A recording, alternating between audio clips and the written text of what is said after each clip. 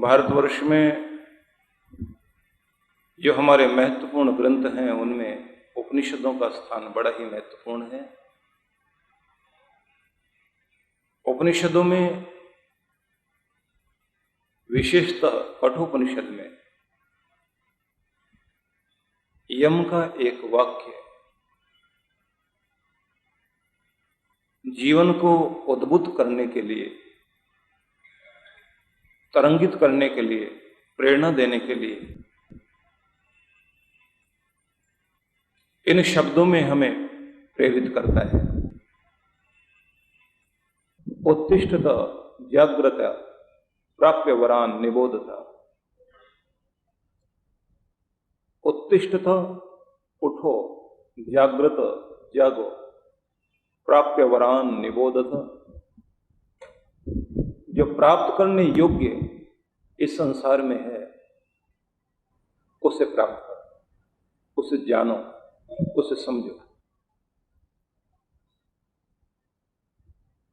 उद्बोधन है कि तुम उठो, जागो और जिसे प्राप्त करने के लिए जीवन मिला है उसकी ओर उन्मुख हो जाओ।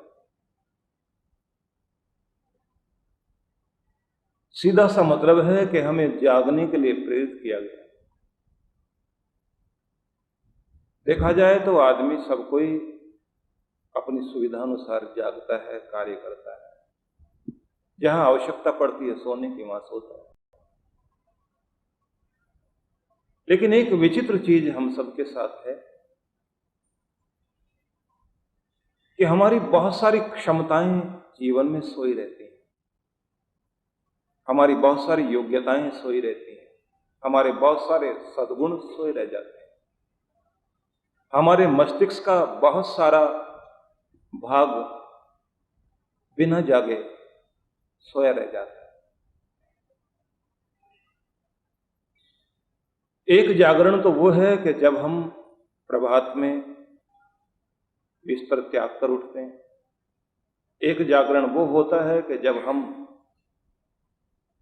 होश संभालते हैं, जब हमें अपनी सुध आती है बचपन में। उसके बाद हमारी स्मृतियां बनती हैं। एक जागरण वो भी है जब हम संसार के किसी भी मिथ्या जाल में, मिथ्या संबंधों की चोट खाकर संभलते हैं और हमको ये समझ आता है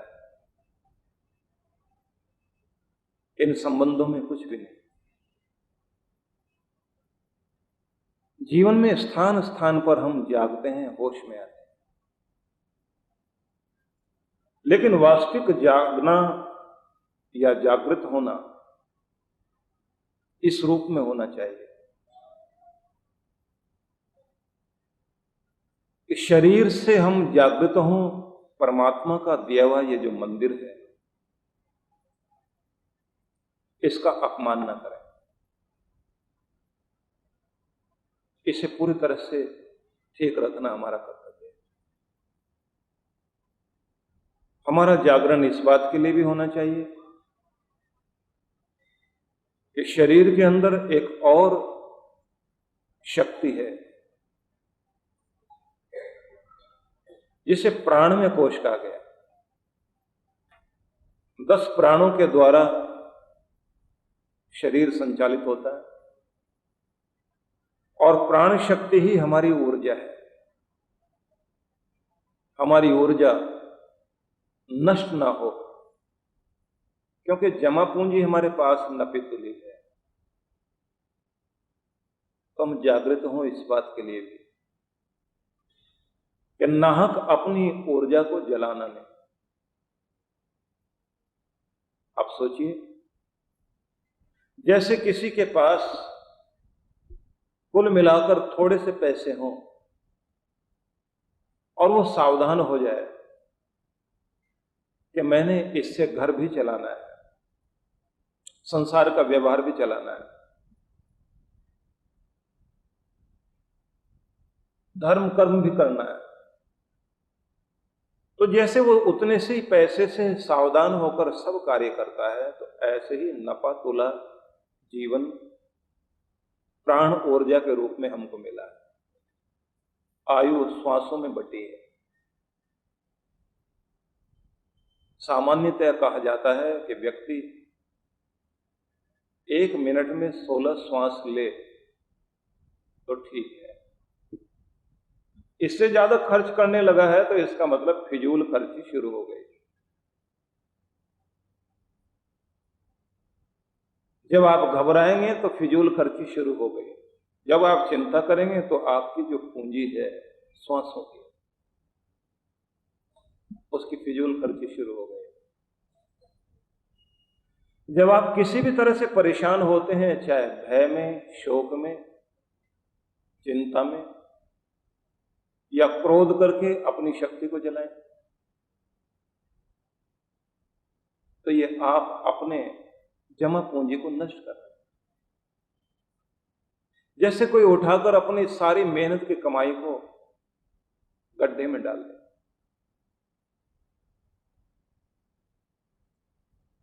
आप सोचिए कि जो लोग दुरुपयोग किया करते हैं किसी भी चीज का, अगले जन्म में फिर उनको वो उपलब्धि नहीं होती, उनसे वो सुविधाएं छीन ली जाती। कहा जाता है कि आयु तो उतनी ही है, अगर इसका ठीक से उपयोग किया जाए तो बहुत देर तक आप जी सकते हैं, और जल्दी जल्दी खर्च कर लिया तो ये शक्तियां बहुत जल्दी नष्ट हो जाएंगी। दिए में पड़ा हुआ तेल तो उतना ही है। अक्षय भंडार किसी के पास भी नहीं, ऐसा भंडार किसी के पास भी नहीं है कि जो कभी खत्म होगा ही नहीं। श्वासों की पूंजी सबके पास लपटी हुई है, इसका उपयोग कीजिए ढंग से। चिड़िया श्वास लेती है कितना जल्दी जल्दी, उम्र छोटी है। कबूतर थोड़ा सा देर से श्वास लेता है, थोड़ी सी लंबी आयु। कौवे का ढंग थोड़ा और लंबा सांस लेने का है तो वो थोड़ा और ज्यादा जीता है। तो पक्षियों में कोई 7 साल, कोई 2.5 साल कौवे के लिए कहा जाता है कि उसकी आयु लंबी है। खरगोश जल्दी जल्दी श्वास लेता है तो 5-7 साल जी पाता। कुत्ता थोड़ा सा लंबा सांस लेता है, देर में श्वास लेता है, लेकिन है गति उसकी भी तेज, तो 15 साल तक की उम्र। घोड़ा थोड़ा सा और देर से सांस लेता है तो 18 से 20 साल तक की उम्र है। कछुआ श्वास लेने की क्रिया को बहुत अच्छा जानता है, इसलिए उसकी उम्र 300 वर्ष है।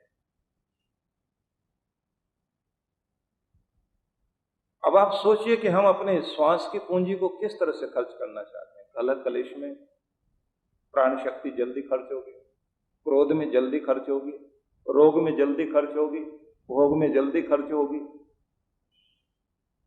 चिंता में बहुत जल्दी चलेगी, भयभीत होंगे। तो जागरण जीवन का ये भी है, शरीर स्वस्थ रहे, प्राणों की शक्ति का ठीक से उपयोग किया जाए। जीवन का जागरण ये भी है कि ये जो मन है आपका, ये अद्भुत मित्र है। ज्योतिषाम ज्योतिरेकम तन्मे मनः शिव संकल्प मस्तु, ऐसा वेदों में पाठ है। ज्योतियों का ज्योति, प्रकाशों का प्रकाश है ये मन। इसको शिव संकल्प वाला बनाइए। ये तीसरे स्तर पर जागरण है कि हम अपने मन की शक्तियों को समझें और उनको उपयोग करना सीखें। निराशा अपने अंदर से आप लेकर आइए तो आपकी सारी सामर्थ्य शक्ति नष्ट हो जाती है।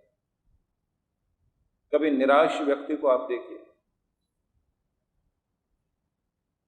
1947 में महात्मा गांधी प्रार्थना सभा में बहुत निराश होकर पहुंचे। अप्रैल का महीना था। उस समय उन्होंने जो कहा कि आज मैं बहुत कमजोर हूं, मेरी कोई नहीं सुनता। मैं कभी बड़ा आदमी था, लोग मेरी बात मानते थे, आज मेरी कोई बात नहीं मानता। न कोई हिंदू न कोई मुसलमान, सब मनमानी करने पर तुल गए। मैं आज अपनी जिंदगी से बहुत निराश हूं। अब मेरे पास कोई बल नहीं, कोई शक्ति नहीं। अब आप सोचिए कि गांधी जैसा व्यक्ति जो अद्भुत सामर्थ्य रखता है, कोई कारण ऐसे बने, परिस्थितियां ऐसी बनी, जैसा वो चाहते थे वैसा नहीं हुआ, और ऐसा नहीं हो पाया तो फिर निराशा। और जब निराशा आई तो वो कहते हैं कभी मैं बहुत बड़ा आदमी था, लोग मेरी बात मानते थे, अब मेरी बात कोई नहीं मानता, मैं बहुत छोटा आदमी हो गया है। ये शब्द उनके मुंह से निकले। निराशा क्या कर डालती है। निराश हुआ आदमी तो सारा सामर्थ्य गया, उसका बल गया। और जैसे व्यक्ति के अंदर उत्साह आया, आशा आई, तो फिर से देखो उस व्यक्ति कितना अद्भुत बनता है। शक्ति से खड़ा होगा, बड़े से बड़े कार्य कर जाएगा। तो याद रखना, सब आपके मन में है। शक्ति भी है, योग्यता भी है, महान गुण भी है।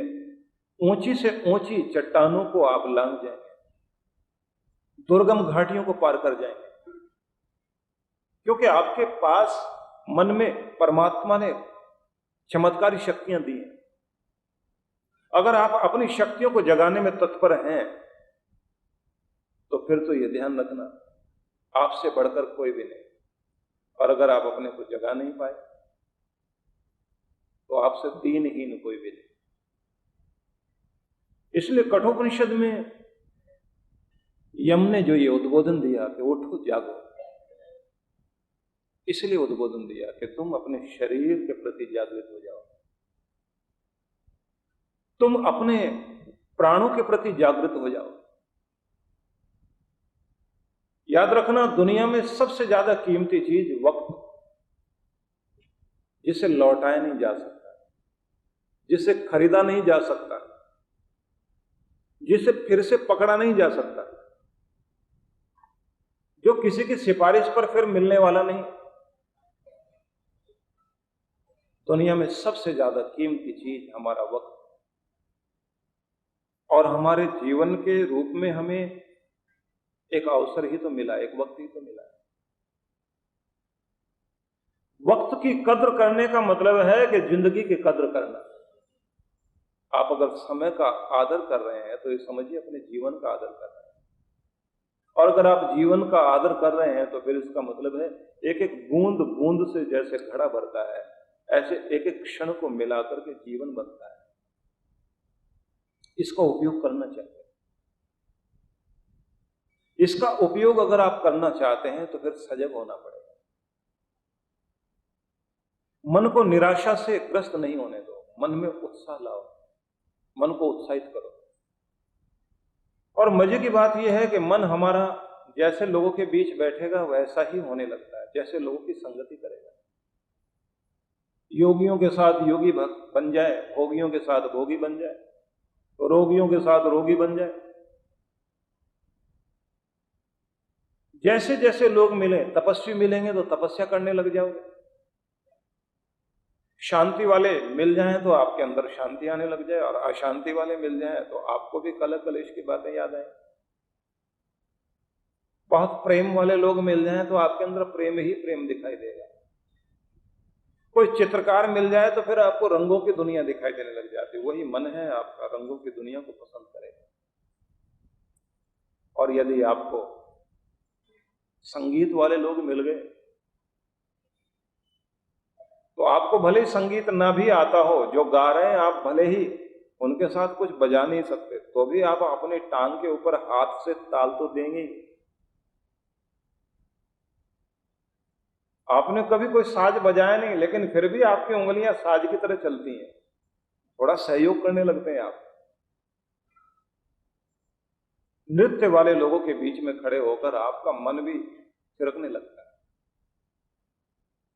जैसे लोग वैसी मन की स्थितियां। और अगर कोई हंसाने वाले लोग मिल जाए तो आप उनके साथ बैठकर हंसेंगे भी सही और फिर योगदान भी देंगे। अपने अंदर से ढूंढ के कोई जिंदगी भर में 2-4 हंसने की बातें आपके पास जुड़ी हुई हों, कोशिश करके आप उनको सुनाने लगते हैं। कोई कवि मिल जाए आपको तो 2-4 कविता उसने आपको सुनाई तो उसके बाद आप भी जिंदगी में जुड़े हुए 2-4 शेर, कोई पंक्ति, कोई कविता का अंश, कोई पद्यांश, कुछ भी सुनाएंगे जरूर कि भाई मुझे भी इतना याद आया। और कोई निंदा चुगली वाले मिल जाएं तो फिर आप देखिए स्टॉक आपके पास भी कोई कम थोड़ी है। आप भी बहुत अच्छे ढंग से ऐसे समस्त कार्य में योगदान करेंगे, क्योंकि किसी से पीछे रहने में आपकी भी कोई इच्छा थोड़ी हो। जैसे लोग मिले, जिस तरह का संसार मिला, मन वैसा ही हो गया। ये गुणियों में गुणी हो जाता है। योग्य लोगों के बीच में योग्यता की तरफ बढ़ने लगता है, धनियों के बीच धनी होने लग जाता है, बलवानों के बीच बलवान होने के लिए प्रेरित होता है, निर्बलों के बीच बैठकर निर्बलता का एहसास करने लगता है। जैसे विचार इसको मिलेंगे वैसा मन होगा। तो जो कुछ अपने मन को करना चाहते हैं वैसा अपने आप को प्रेरित करो, अच्छे विचार देकर इसे प्रेरित करो कि ये जागे, इसमें कुछ विशेषता है। इसके बाद अगली चीज आती है बौद्धिक विकास, बौद्धिक जागरण। बौद्धिक जागरण के लिए जरूरी है सदग्रंथों का पढ़ना, सद विचारों का पढ़ना। ये अगला जागरण माना गया है। हमें याद रखना चाहिए कि जो हमारी बुद्धि है, भगवान ने एक बहुत बड़ी शक्ति दी है। ये जो हमारा मन है, कभी इसके संबंध में आपको बताएं। कहा जाता है कि जो आज्ञा चक्र है ना, जहां तिलक लगाते हैं, ठीक इसके पीछे मन है और उस मन के पीछे भी बुद्धि है। बुद्धि के पीछे है चित्त और चित्त के पीछे अहम शक्ति और अहम शक्ति के पीछे आत्मा। जब हम यहां ध्यान करते हैं तो अपने मन को प्रभावित करते हैं, मस्तिष्क की उन शक्तियों को प्रभावित करते हैं जो डिसीजन लेने का काम करते हैं। और वो शक्ति कोई और नहीं, आपकी बुद्धि। अपने आप को आज्ञा देने वाले बनने लगते हैं। इसलिए साधना में यह नियम है कि सबसे पहले प्राणों को वश में करते हुए, मन को एकाग्र करते हुए, बुद्धि के पार चलते हुए, अहम को नीचे गलाते हुए और चित्त की चंचलता पर दृढ़ता प्राप्त करते हुए अपने आत्म स्वरूप में केंद्रित होना होता है। इसलिए साधना वाला कोई भी व्यक्ति सबसे पहले आपको सिखाएगा कि आसन सिद्ध करना सीखिए। आसन सिद्ध हुआ, एक आसन पर देर तक बैठ सके। उसके बाद मन जो दुनिया में भटकता है उसे केंद्रित करें। लेकिन मन केंद्रित करने के लिए जरूरी है कि मन को जो ऊर्जा दे रहा है वो प्राण दे रहा है। तो प्राणों को थोड़ा वश में करें। प्राणों को वश में करने के लिए फिर किसी तरह से प्राणायाम कराते हैं। श्वास लो, छोड़ो, और कुछ नहीं कर सकते तो 21 बार श्वास लीजिए, छोड़िए, लीजिए, छोड़िए। इस तरह से आप अभ्यास कर रहे हैं। अभ्यास जैसे गहरा हुआ, लंबा सांस लेकर फिर एक बार 21 दोहराइए। और जैसे फिर 21 पूरा किया आपने, फिर गहरा श्वास लेकर तीसरी बार फिर 21 श्वास लेने हैं, लेकिन बहुत तेजी के साथ, बहुत तेजी के साथ। तेजी से श्वास लेते लेते फिर आप अपने को ढीला छोड़ देंगे। लेकिन इस गति में ध्यान रखना चाहिए कि आंखें बंद रखने चाहिए और माथा ढीला। उसके बाद आप एकाग्र करें अपने मन को, इस स्थान पर केंद्रित कर लीजिए जहां आज्ञा चक्र है, जहां तिलक लगाते हैं, और निर्विचार स्थिति मन की ले आइए। मन खो जाए, अपने को ढीला छोड़कर अपने को खो दें, और उसके बाद आप देखिए कि आप एक ऐसी जगह खो जाएंगे, आपको पता ही नहीं लगेगा कि आप कहां चले गए। वो जो कुछ देर के लिए आप एकाग्र हो गए और अपने आत्म स्वरूप में जाने लगे, मन खो गया, जैसे नींद में मन खो जाता है, अंदर से शांति आनी शुरू हो। निर्णय लेने की क्षमता आपकी उस समय नहीं रहती, चित्त भी शांत, मन भी शांत, अवस्था में आप पहुंचे। लेकिन कौन कौन से प्रयोग कैसे करने चाहिए, ये सब आपको आगे बताया जाएगा। अभी केवल इतना ध्यान रखिए कि बुद्धि को सुबुद्धि बनाए रखने के लिए ध्यान आवश्यक है, भजन आवश्यक है, चिंतन आवश्यक है, और सही चिंतन की दशा अपनी बनाकर चलें। इसके बाद अगला जागरण आता है आत्मा। आत्मिक जागरण प्राप्त करने के लिए एक नियम है, अपने आत्म स्वरूप को पहचाना जाए कि मैं हूं कौन। इसलिए ध्यान में एक प्रयोग कराते हैं, ये 3 बार 21 बार जैसे जैसे आप प्रयोग करते जाएं, श्वास लें छोड़ें, श्वास लें छोड़ें। तीसरी बार जैसे आप ध्यान एकाग्र करके बैठ गए थोड़ी देर, उसके बाद जैसे ध्यान उठा, फिर 3 बार जोर से श्वास लें छोड़ें, जोर से श्वास लें छोड़ें, जोर से श्वास लें छोड़ें, और उसके बाद शांत होकर अपने अंदर से आवाज गुंजाएं। बोलना नहीं, सिर्फ गुंजाना है कि मैं कौन हूं, मैं कौन हूं, मैं कौन हूं, मैं कौन हूं। यह आवाज अपने अंदर से गुंजाइए। बोलते जाना 5 मिनट तक लगातार पुकारते जाना, मैं कौन हूं।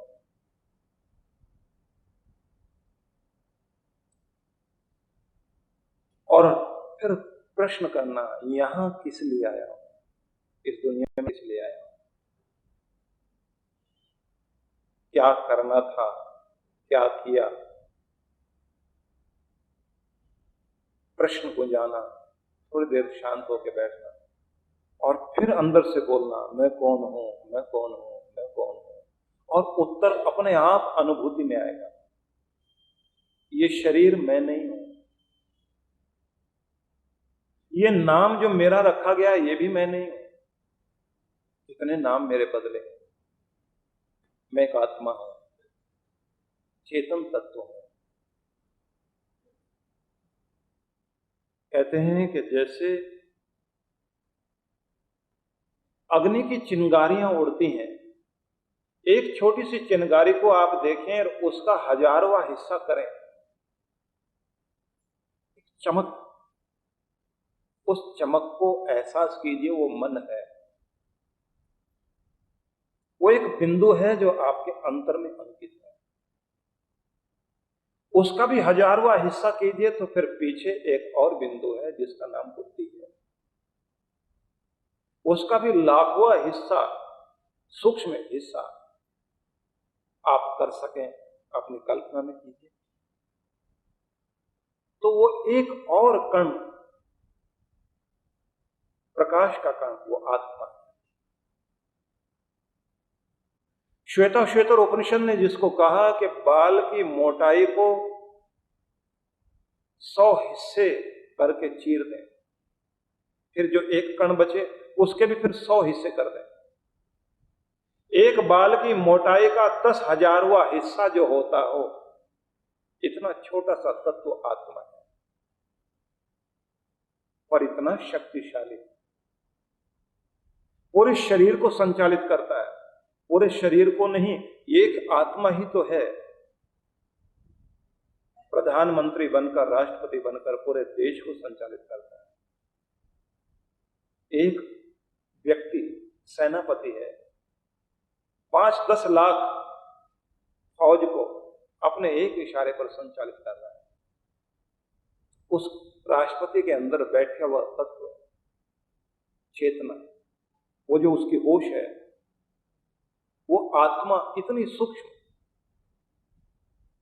आंखों से या किसी तत्व से उसको देखा नहीं जा सकता।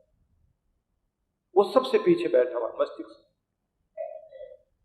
वही आप और हम हैं।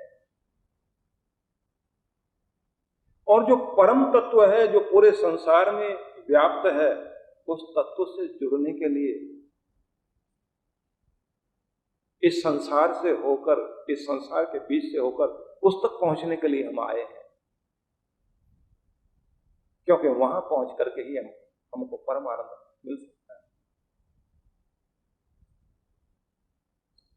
इसलिए याद रखना, उससे दूर हुए तो दुख है, उससे जुड़ गए तो परम आनंद। तो ध्यान में बैठकर ये पुकारना कि मैं कौन हूं, मैं कौन हूं, मैं कौन हूं।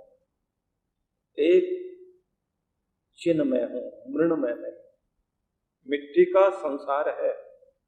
मिट्टी से ही फूल पैदा हुए, मिट्टी से ही फल पैदा हुए, मिट्टी से ही अन्न पैदा हुआ, क्योंकि हम मिट्टी से उगने वाली चीजें खा रहे हैं और मिट्टी का ही तन है।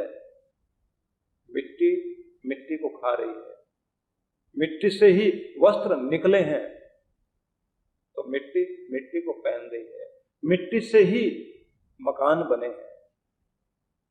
सारी चीजें जमीन के अंदर से आती हैं, तो मिट्टी को पहनते हैं, मिट्टी को ओढ़ते हैं, मिट्टी में रहते हैं और मिट्टी में मिल जाते हैं।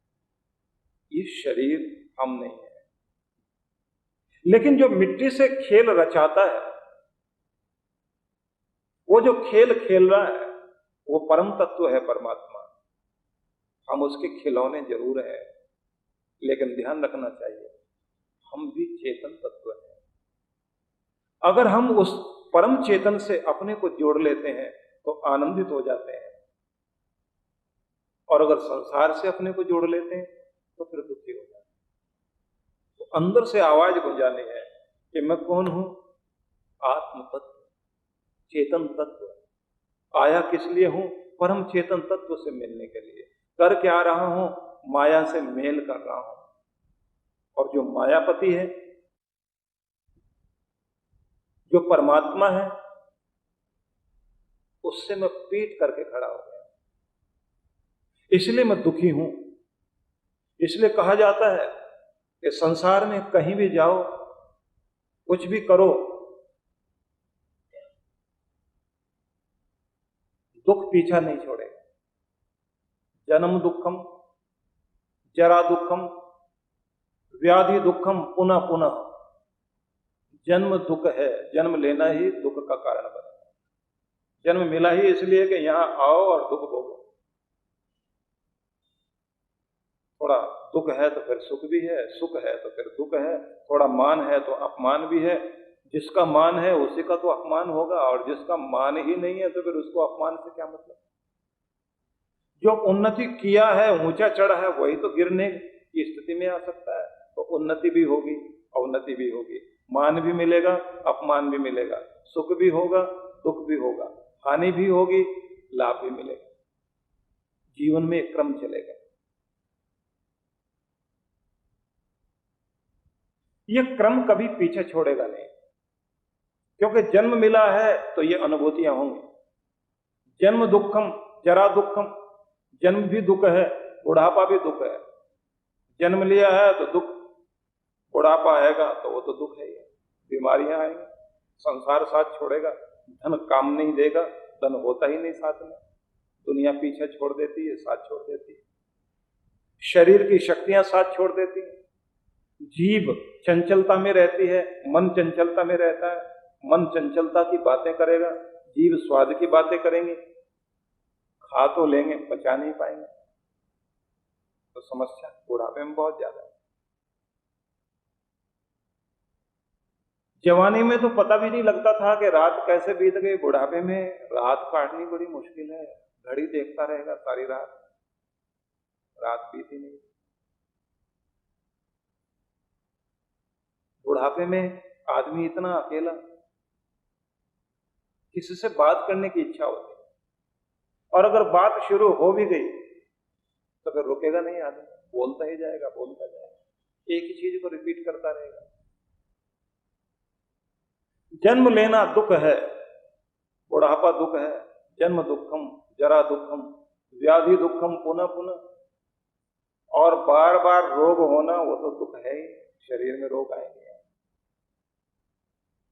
क्योंकि इसको तो व्याधि मंदिर कहा गया। मृत्यु दुखम, महादुखम, सबसे बड़ा दुख मौत का दुख। इसलिए कहते हैं तस्मात् जागृहि जागृहि, इसलिए जाग जाग जाग, कि दुख पीछा नहीं छोड़ेगा। जन्म लिया है तो दुखी होगा जरूर, दुनिया में आया है ना तो दुखी होगा, सुखी भी होगा, दुखी भी होगा, मान भी मिलेगा, अपमान भी मिलेगा, उन्नति भी होगी, अवनति भी होगी, ये चक्र चलता रहेगा। इस चक्र को तोड़ने के लिए दुनिया में तू आया है, इसलिए जाग। शरीर मिला है तो रोगी होगा, बुढ़ापा भी आएगा, तो जागने के लिए कहा गया। तो इसका मतलब समय से जाग, समय के लिए जाग, समय को संभालने के लिए जाग, समय पर कार्य करने के लिए जाग, सामर्थ्य को जगाने के लिए जाग, सामर्थ्य को पहचानने के लिए जाग। स्वास्थ्य के बिना सब होगा नहीं, इसलिए समय, सामर्थ्य और स्वास्थ्य इनके प्रति जागृत हो।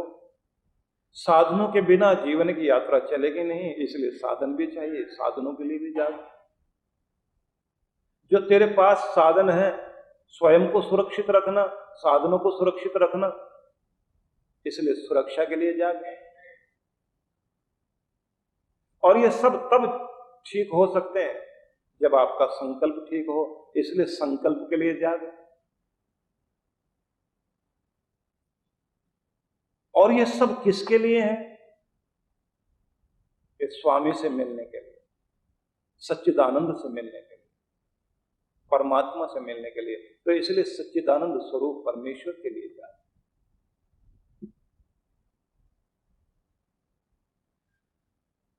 और ये मजे की बात है कि कोई शब्द आदमी को हृदय की गहराइयों तक छू जाए तो व्यक्ति के जागने में देर नहीं लगती, और अगर ना छू पाए तो फिर कितना भी गीता का अमृत बरसे या भगवान सामने आकर कुछ सुनाए, कोई फर्क नहीं पड़ेगा। बंगाल में एक जज थे, रिटायर्ड होने के बाद उनका नियम था सवेरे सूरज निकलने से पहले सैर करने के लिए निकलते। नाम था राजा बाबू। तो छड़ी हाथ में ली हुई राजा बाबू सैर करने के लिए निकले। सैर करने के लिए जैसे निकले घर से बाहर, बीच में बस्ती पड़ती थी, तो सूरज निकल रहा है, पहली किरण सूरज की आई। तो वो समय होता है कि हर कोई अपने घर में किसी न किसी को जगा रहा होता है, और जगाने के लिए सब लोग, पुरानी परंपरा के अनुसार तो सभी बहुत प्यार से अपने बच्चे को राजा बेटा कहकर बोलना, ये परंपरा थी। अब कोई मां अपने बच्चे को जगा रही है, राजा बाबू जागो, आंखें खोलो राजा बाबू। तुम्हारी आंख कब खुलेगी, कब जागोगे? देर हो जाएगी। उठो राजा बाबू। कोई मां जगा रही है अपने लाडले बेटे को। अब इनको लगा कि जैसे वो उस बच्चे को नहीं जगा रही, वो मुझे जगा रही है। थोड़ा सा आगे बढ़े, पांव ठिठक गए हैं, रफ्तार गति मंद हो गई, धीरे धीरे चलते थोड़ा सा आगे गए, फिर आवाज आ रही, कोई बहन अपने भाई को जगा रही, मेरे राजा भैया आज बहुत काम करने हैं, उठो राजा भैया। अब जैसे राजा भैया राजा भैया राजा भैया, उठो उठो राजा भैया, अब ये सुना तो रुक गए। किसी ने फिर आवाज दी, ओ राजा उठ। शायद बाप बोला होगा, ओ राजा उठ, सोता रहेगा, जिंदगी खराब कर रहा है, समय खराब कर रहा है, वक्त खराब कर रहा है, उठ। अब जैसे ये कहा उठ, अब इनको लगे ये बाहर खड़े हुए हैं कि कोई तुम्हें कह रहा तेरा वक्त खराब हो रहा है, तेरा जीवन खराब हो रहा है, उठ। थोड़ा सा आगे गए, कोई पत्नी अपने पति को जगा रही है, उठो राजा उठो। अब वो भी राजा कहकर बोल रहे, राजा उठो। अब जैसे ये सुना, राजा उठो, जागिए राजा, राजा बाबू मत सो, बहुत देर हो गई, आलस्य में पड़े रह जाओगे तो तुम्हारे कामों का क्या होगा, तुम्हारे सपनों का क्या होगा, तुम्हारे अरमानों का क्या होगा। फिर लौट आए, सुनते सुनते राजा बाबू बाहर खड़े सुन रहे हैं। और उसके बाद इनको लगा कि जैसे सारी दुनिया तुम्हें जगाने पर लगी हुई है। वापिस मुड़े, अपने आप को बोलते जा रहे हैं, उठ जा उठ जा उठ जा। राजा बाबू कोई और नहीं, तू ही तो है, तू नहीं जागा तो फिर बहुत देर हो गई। क्या करने के लिए आया था इस दुनिया में? अगर पेट भरने के लिए आया था, पेट भरना, तन ढांपना, घर गृहस्थी के कार्य पूरा करना, तो ये तो चिड़िया भी करती है, पंछी भी करते हैं, जीव जंतु भी करते हैं। हर जीव जंतु यही करता है। तो इस दुनिया में फंसने के लिए नहीं, बसने के लिए तो आया था, दुनिया से ऊपर उठने के लिए आया था। अब उठ, जाग, अपने सामर्थ्य को जगा, जो तू हो सकता था।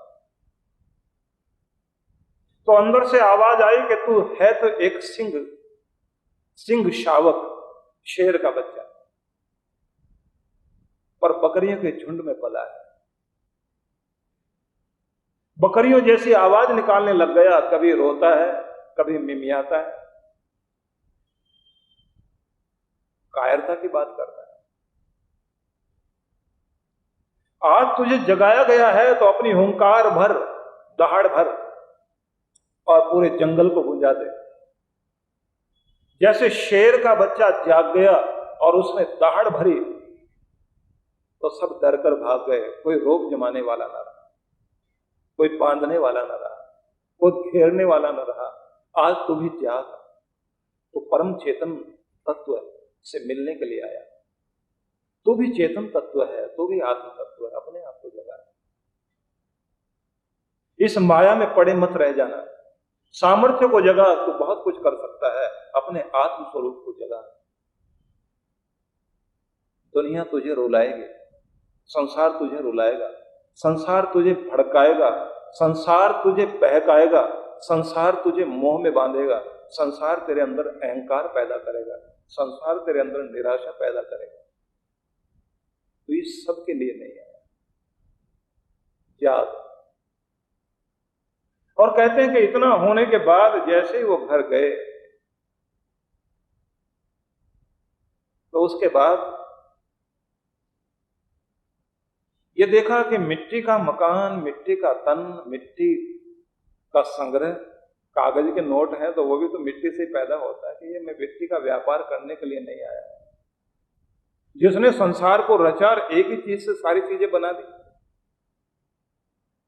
उस परम चित्रकार को देखने के लिए और उस परम तत्व को पाने के लिए आज से यात्रा शुरू करें। वस्त्र बदल लिए, वस्त्र में थोड़ा रंग डाल लिया, जिससे पता लग सके मैं दुनिया से अलग हूं। नहीं तो ये दुनिया अपने में मिलाने में देर नहीं लगाएगी, तो रंग बदल लिया कपड़ों में। अगर पीत वस्त्र पहनाए जाएं या काशाय वस्त्र पहनाए जाएं, साधु सन्यासी के वस्त्र हो या वानप्रस्थी के वस्त्र हो, तो उसका मतलब क्या है कि उस दुनिया से अलग हो गए। अब वैसी भाषा नहीं बोलनी जैसे दुनिया भाषा बोलती है, अब वैसे नहीं चलना जैसे दुनिया चलती है, वैसी बातें नहीं करनी जैसे दुनिया करती है, वैसा लेन देन नहीं करना जैसे दुनिया करती है। शांति, प्रसन्नता, उल्लास, इसको महत्व दें। तो राजा बाबू जागे एक उद्बोधन से। अब ये उद्बोधन उनका ज्ञान बन गया, उनकी अनुभूति बन गया, लेकिन हम और आप सुन रहे हैं तो हम क्या जाग गए। एक बात और पकड़ ली आज से कि कोई राजा बाबू था, ऐसी बात सुन के उसके अंदर कोई बात आई, इससे ज्यादा कुछ नहीं, क्योंकि ये हमारी अनुभूति नहीं बन गई। अनुभूति कब बनेगी? जब बार बार चोट लगाओगे मन पर कि बहुत देर हो गई, चलते चलते थक चुके, किसके लिए भटकते फिरते हैं, ये क्या करते फिरते हैं दुनिया में, तरह तरह के जंजाल, लड़ाई झगड़ा, कलह कलेश, उठा पटक की राजनीति, किसी की निंदा चुगली, किसी की चापलूसी, ये अब सब नहीं। आज से जीवन पूर्ण शांति में चलेगा, प्रसन्नता में रहेगा। इतनी मुझे आवश्यकता है भी नहीं जितनी आवश्यकताओं के पीछे मैं भाग रहा हूं, इतना मुझे चाहिए भी नहीं जितना मैं इकट्ठा कर करके दुनिया में अपने आप को अमीर गरीब दिखाने के लिए लगा हुआ हूं। आज से अपने आप को बदलूंगा। बार बार मन पर चोट लगाइए, और जब आप अपने को जगाएंगे, वो जागरण जब आपकी अनुभूति बनेगा, उस दिन से आपकी दुनिया बदलेगी, आपका ढंग बदलेगा। एक बात याद रखना, अंदर से जागृति आई, होश आते ही संसार तो यही रहेगा, लेकिन इसी संसार में आपका नजरिया देखने का बदलेगा। आपको दुनिया में कुछ ज्यादा ही रस आएगा। दुनिया से भाग जाने वाली बात नहीं, दुनिया में रस आएगा। चिंता से भरा हुआ मन हो, उस आदमी को दुनिया में कहीं भी लेकर जाइए, उस आदमी को दुनिया में रस नहीं आता। प्रसन्नता से भरा हुआ आदमी हो, हर जगह हंसने की बात नजर आती है, किसी भी बात पर हंसे। इसलिए सबसे पहले तो यही कीजिए, बेकार की चीजों से अपने को उलझाओ नहीं, और अपने आप को कमल की तरह संसार के सरोवर से ऊपर उठा करके रखो। न हर भूलो, परमात्मा को भी नहीं भूलना, न जग भूलो, न दुनिया को भूलना। दुनिया का व्यवहार भी चलाओ, लेकिन फंसना नहीं है व्यवहार। तमाशा देख लेना ठीक है, तमाशा बन जाना ठीक नहीं है। व्यवहार निभा लेना ठीक है, हालचाल पूछ लो इतना तो ठीक है, निंदा चुगली में शामिल हो जाना ये ठीक नहीं है। हालचाल पूछ लो, सत्संग में कोई आया, मंदिर में कोई आया, हालचाल पूछ लीजिए, इतना तक तो ठीक है। परिचय ठीक है, अति परिचय ठीक नहीं। किसी भी आदमी का परिचय आपसे हो जाए तब तक तो आनंद है, लेकिन जब अति परिचय हो जाए तो मुसीबत। अति परिचय में फिर कलह कलेश शुरू होता है, देख लिया इसको भी क्या आदमी है। अति परिचय तक पहुंच गए ना, तो बातचीत ठीक है, कलह कलेश ठीक नहीं, निंदा चुगली ठीक, व्यवहार ठीक है, दुनियादारी में फंस जाना ठीक नहीं, हंसना बोलना ठीक है, फंस जाना ठीक नहीं है, बंध जाओ, उलझ जाओ, ये ठीक नहीं। ना हर भूलो न जग भूलो, रहो इस तरह से जिंदगानी में कि जिस तरह से कमल रहता है तालाब के बंद पानी में, जैसे कमल तालाब के बंद पानी में रहता है, खिला हुआ, पानी से ऊपर उठा हुआ, अपने आप को इस तरह से ऊपर उठा के रखो। याद रखना कि कोई भी व्यवहार करते समय जब तक बात में शांति है, मधुरता है, तब तक तो बात बात है, नहीं तो फिर वो वाद विवाद है, उतने तक आगे नहीं जाना। तमाशा बनना नहीं है, दुनिया में चलते जाना, लेकिन ऐसी स्थिति मत आने देना कि ये लगे कि जाल बन गया है, जाल में उलझते जा रहे हैं। इसलिए कहा कि अगर तुम होश में आ गए तो इसका मतलब है जागना हो गया। सबसे पहले ध्यान देना कि हमारा सामर्थ्य क्या है, हमारी शक्तियां क्या है। भगवान ने उत्तम बुद्धि दी, संगठन करने की शक्ति आपको दी, ज्ञान अर्जन करने की शक्ति आपको दी, कुछ बन सकने की शक्ति आपको दी, गुणवान आप बन सकते हैं, विद्वान आप बन सकते हैं, संगीतज्ञ आप बन सकते हैं। लेकिन इन सब के साथ ये सारी कलाएं उठाकर एक में जोड़ दो। एक है परम तत्व। दुनिया को रिझाने के लिए गाओगे तो बात और है, वाह वाह हो सकती है, शांति नहीं मिलेगी। तानसेन ने गाया तो राजा के दरबार से धन भी पाया, वाह वाह भी पाई, पर चैन नहीं, शांति नहीं। जब मन अशांत हो जाए, क्योंकि धन आपको क्या दे सकता है? सुविधा। धन से कुछ चीजें मिल जाती हैं, साज बहुत अच्छा खरीद के ला सकते हो, लेकिन संगीत उससे प्रकट नहीं कर पाओ। ये बड़े मजे की बात है, जब भी आप साज लेकर बैठोगे, आप उसमें से संगीत प्रकट करना चाहोगे, निकलेगा शोर। ढोलक ले लीजिए हाथ में, लगाओ थप्पड़ आप जोर जोर से। चाहते हैं संगीत प्रकट करना, लेकिन उसमें से शोर निकलेगा। वीणा हाथ में लीजिए, आप बजाइए उसको, आपको संगीत नहीं आता। पैसा दे करके वीणा आप खरीद लाए, सितार खरीद लाए, पर उसमें से भी शोर निकलता है, क्योंकि उन चीजों में, उन वस्तुओं में भरा हुआ तो बहुत कुछ है, लेकिन वो जो कुछ भरा हुआ है ना, वही निकलेगा जो आपके अंदर भरा हुआ होगा। उसी चीज को आप प्रकट कर पाओगे। जो आपके अंदर है वही आप प्रकट कर सकते हैं। आपके अंदर जो कुछ है वही आप संसार में देख सकते हैं। अगर आपके अंदर बहुत सुंदरता भरी हुई है तो सारे संसार में सुंदरता दिखाई देगी। अगर आपके अंदर प्रेम भरा हुआ, सारी दुनिया में प्रेम दिखाई देगा। आपके अंदर ईर्ष्या भरी हुई है,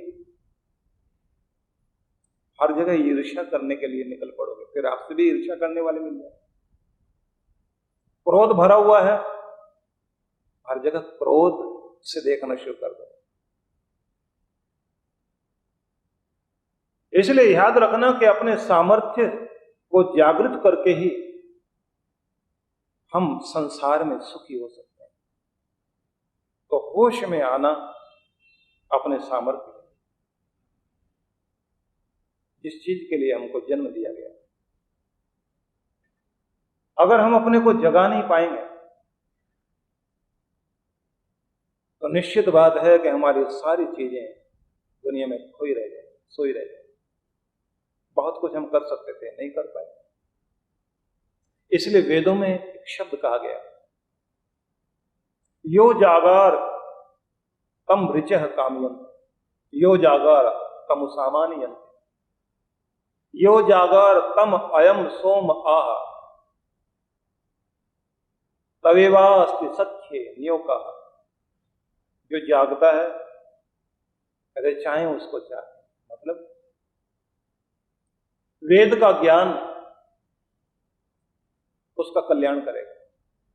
होश में आओगे तो ज्ञान लाभ देगा, होश में हो ही नहीं तो ज्ञान भी कोई लाभ नहीं देगा। पहले तो संभलो होश में। होश में आ गए तो फिर दुनियादारी के कार्य आप करना तो भी संसार का कार्य नहीं होगा, वो भी भगवान का ही कार्य होगा। कबीर साहब थे ना, कबीर जब ताना बाना बुनते थे तो बहुत लोग उनको देखते थे। पहले खूब ताना बाना बुन रहे हैं, फिर कपड़ा तैयार हो गया, सफाई की, रंग वगैरह दिया। अब रंग वगैरह देने के बाद फिर उसको अपने सिर पर रखा, रख करके फिर बेचने जा रहे हैं, बाजार में मोल भाव कर रहे हैं।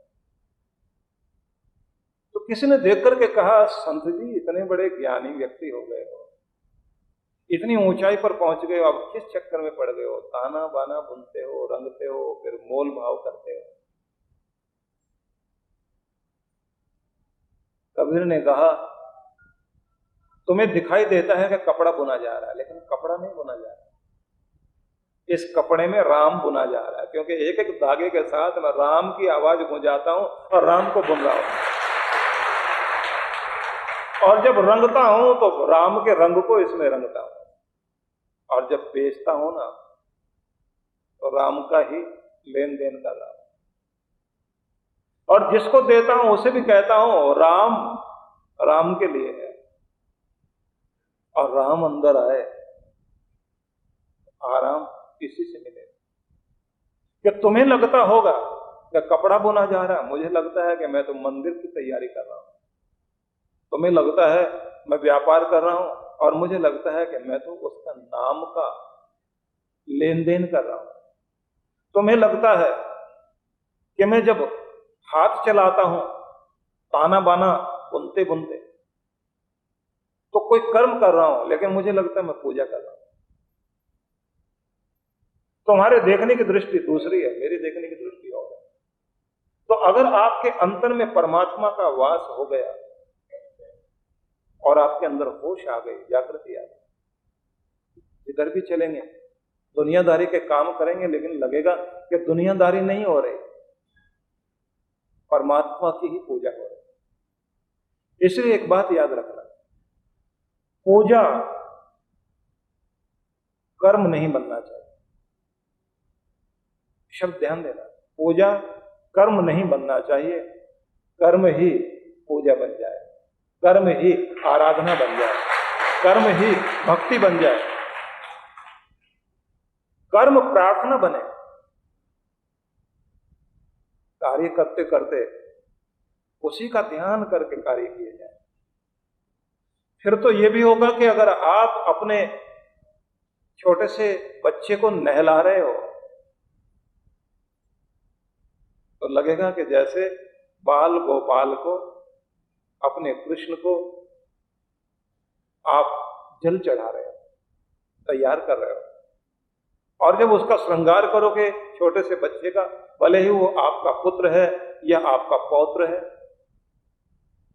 आपको कृष्ण के दर्शन से, उसकी मुस्कुराहट में आपको लगेगा कि वही परम तत्व बैठा हुआ है, मुस्कुरा रहा है। और फिर आप बच्चे को याद नहीं करोगे, बच्चे के अंदर बैठे परमात्मा को याद करोगे। फिर वो मोह में नहीं बांधेगा, मोह के बंधन को काटने वाला व्यवहार आपका हो जाएगा। और अगर आप मोह ममता में फंस गए तो मरते समय वही चीजें दुख देंगी। और अगर आप अपने कृष्ण को याद कर रहे हैं, अपने गोविंद को याद कर रहे हैं, अपने राम को याद कर रहे हैं, अपने भगवान को याद कर रहे हैं, तो वही चीज आपको दुनिया से तारने वाली बन जाएगी। अब ये सोचने की बात है कि जागृत हुए तो ज्ञान लाभ दे रहा, होश में आ गए, जागृत हो गए तो समर्पण हो गया। यो जागर तमु सामान्यंती, दुनिया के सारे गीत संगीत उसी के लिए हैं। जो जाग गया उसी के गीत गाए जाएंगे दुनिया। जो सोए रह गए उनके गीत नहीं गाए जाएंगे, उनकी स्तुतियां नहीं होंगी, उनकी तारीफ नहीं होंगी। समय हर किसी को मिटा देता, वक्त के बाद हर कोई चीज मिट जाती है। वक्त जाएगा, दुनिया में हमने जन्म लिया, एक न एक दिन वो भी होगा। शरीर छूटेगा, चिता जलेगी, राख बनेगी, राख को उठाकर नदी में प्रवाहित कर दिया जाएगा। तो समय आया और सब लेकर चला गया। लेकिन कौन सी चीज है दुनिया में जो कायम रखेगी आप? जिसने होश संभाली, होश पूर्वक कर्म किए और फिर उसने दुनिया के वक्त के ऊपर यादों की लकीरें खींची, उसकी स्मृति रहेगी दुनिया में, उसकी स्तुति रहेगी दुनिया में, उसके गीत गाए जाएंगे दुनिया में। जागा हुआ इंसान दुनिया में कुछ कर गया और फिर वो दुनिया को जगा गया, फिर उसकी स्तुतियां दुनिया में रह गई, उसके गीत गाए जाते रहेंगे, उसका नाम संसार में रहेगा। इसलिए कहा स्तुति उसकी जो जाग गया। और फिर कहा कि परमात्मा उसका जो जाग गया, यो जागा तम अयम सोम आ, परमात्मा भी उसी को कहता है मेरी मित्रता के लायक तू ही है। जागा हुआ होश वाला इंसान मेरी मित्रता प्राप्त कर सकता है, बाकी मैं किसी के लिए नहीं हूं। अगर तू होश में आएगा, गफलत के मारों को मैं कृपाएं नहीं करता, दुनिया में खोए हुए को, दुनिया में सोए हुए को मैं नहीं मिला करता। होश में आ जाओगे तो फिर एक बात याद रखना कि फिर आपका पूर्ण समर्पण हो पाएगा परमात्मा के प्रति। ध्यान करता हूं, चीन में लाओ त्से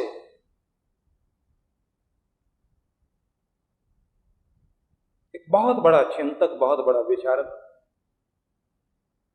एक पूजनीय व्यक्ति हुआ। उसने कहीं सुना कि होश में आओ तो वो मिलेगा तुम्हें, और होश में आने के बाद कार्य ये करना होगा कि तुम्हें समर्पण करना होगा, अपने आप को भगवान के प्रति समर्पण करना होगा।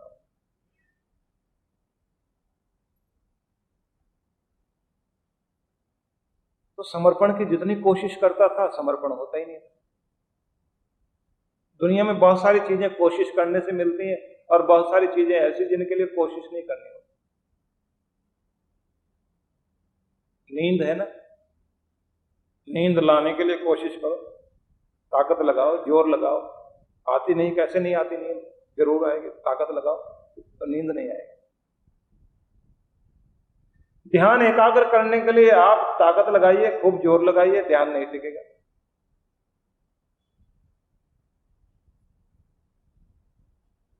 तो समर्पण के लिए कोशिश करता रहा और समर्पण हो नहीं पा रहा था। कैसे समर्पण करूं, कैसे पाऊं, और होश भी कैसे आए? होश का मतलब ज्ञान का आना, जागृति आना। तो चलते चलते एक स्थान पर पहुंचे, जंगल में, पतझड़ का मौसम, ठंडी हवाएं बह रही, पत्ते टूट टूट कर गिर रहे। अब ऐसे पत्ते जो लाल पीले पेड़ों से ऊपर से उड़े और हवा का वेग जिधर आए उधर उसको लेकर जाए। अब ये सोचने लगे, इसका मतलब है अपने आप को इतना हल्का कर लेना चाहिए जैसे पत्ते हल्के हैं, और फिर उसी तरह चलना चाहिए। तो कभी ये दाएं जाएं, कभी बाएं जाएं, कभी आगे जाएं, कभी पीछे जाएं, जैसे नाच रहे हो। किसी ने पूछा कि ये क्या कर रहे हो? तब तक समर्पण नहीं होगा। उन्होंने कहा कि आज होश आ गई, जैसे पत्ते हिल रहे हैं, हवा में उड़ करके जा रहे हैं, ऐसे अपनी ताकत नहीं इस्तेमाल कर रहे हैं, अपनी कोशिश इस्तेमाल नहीं कर रहे हैं। कि बस ऐसा ही कर देने से बात बनती है कि आज ऐसा कर लिया अपने आप को, अब मैं जिधर डोल रहा हूं तो लगता है कि मैं नहीं डोल रहा हूं, वो डुला रहा है, परमात्मा डुला रहा है। अब लगता है कि वो नचा रहा है, वो गीत गवा रहा है। तो अब लगता है कि मेरी कोशिश बेकार थी, अपने को उसके प्रति छोड़ दिया, तो अब आनंद शुरू हो गया, क्योंकि अब समर्पण पूरा हो गया। तो जब उसके हवाले कर दोगे आप अपने आप को और कहोगे तू ही गा, साज से जो संगीत निकालना चाहे निकाल, जो जगाना चाहे जगा, मैंने अपने आप को तेरे हवाले कर दिया। फिर संगीत शुरू हो जाएगा। फिर लगेगा जैसे आपके अंदर गीत प्रकट हो गए। परमात्मा करे आपका जागरण पूरा हो। जीवन संचेतना आध्यात्मिक जागरण की संदेश वाहक मासिक पत्रिका। ये देववाणी है। ओम जपो हरि ओम जपो। ऋषियों की अमृत वाणी श्रद्धेय संत सुधांशु जी महाराज की अजस्त्र वाग्धारा की मणिमाला है। हरि ओम जपो, ओम जपो हरि ओम जपो। परम पूज्य सुधांशु जी महाराज के अमृत वचन।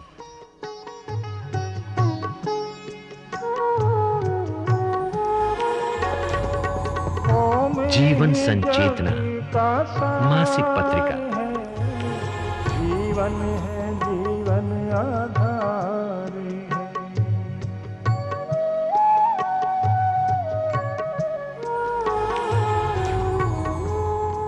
अधिक जानकारी के लिए संपर्क करें विश्व जागृति मिशन, ओंकारेश्वर महादेव मंदिर, जी ब्लॉक, मानसरोवर गार्डन, नई दिल्ली 15।